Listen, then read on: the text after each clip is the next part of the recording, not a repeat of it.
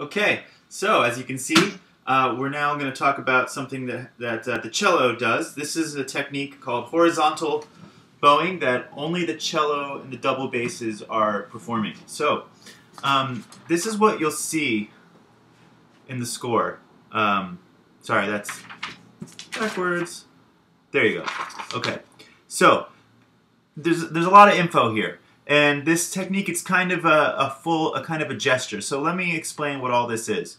The little sort of bullseye thing to the left of the note, that tells you to mute the strings with your left hand. So for this entire technique, your left hand should mute all the strings, because for this sound, I don't want to hear any of the open string pitch. Okay, so mute the strings.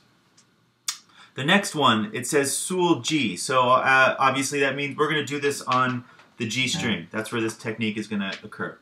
Now, it's called horizontal bowing. I just made that up. I don't know if it's standard, but that's what it's called. And the dynamic that's indicated, the gesture, it goes from nothing, niente, the little circle, to forte, and then decrescendo back to nothing.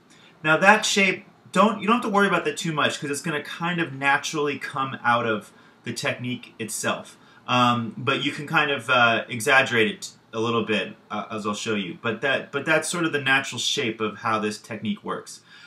Now, as I explained before, that the notation of the bridge, the word bridge above the note, and then the little arrow to the middle of the fingerboard, that indicates the motion of the bow placement. So at the start, the bow is going to be all the way near the bridge, and then by the end of the gesture, it'll be up near the middle of the fingerboard. Okay, now let me show you exactly how this works. So, muting the strings with our left hand. The reason I call it horizontal bowing is because in normal bowing, we're moving this way. But for this technique, we're going to take the bow, and we're going to move it this way. Okay? So we're going to keep it parallel to the fingerboard, so the normal position, but we're just going to move it up and down. Okay? So what happens, we start down here at the bridge, muting the strings, and we, a little bit of tilt, and we apply a little pressure, and we pull it up the fingerboard.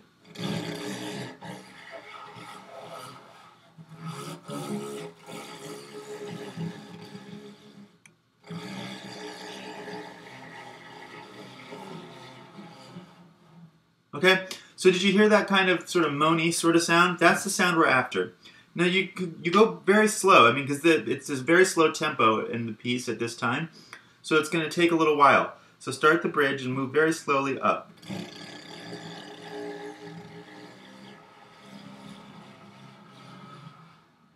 Okay, and now let's kind of try to make that dynamic shape.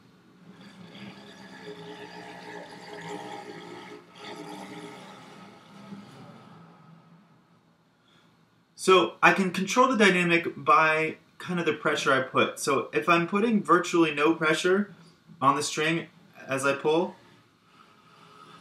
then you don't hear anything. But as I add a little more pressure, you'll start to hear the sound.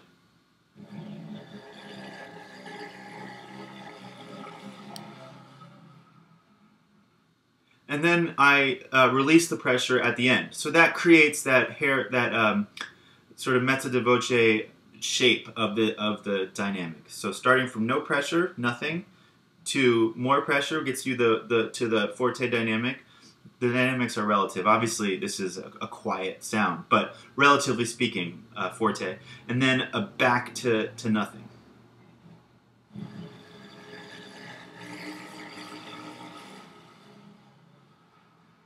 Okay. Now even that I think I was moving too fast. So it's a really slow tempo. So just you move really slowly.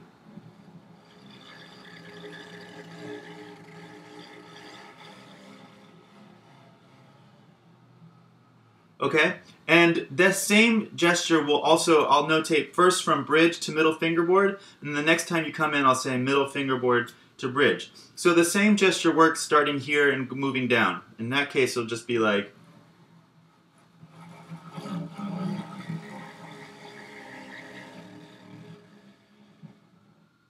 okay?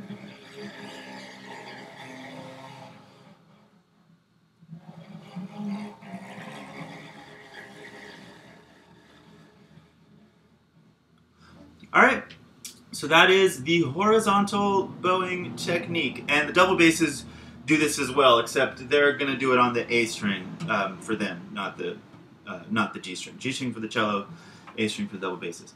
Alrighty, and I think that is it for the videos. Have fun and just experiment. Again, just like as with all the other techniques, you're going to have to really sort of just feel it out and figure out exactly the right pressure and tilt and all that. And just try it out till you get the right sound. Okay, thanks.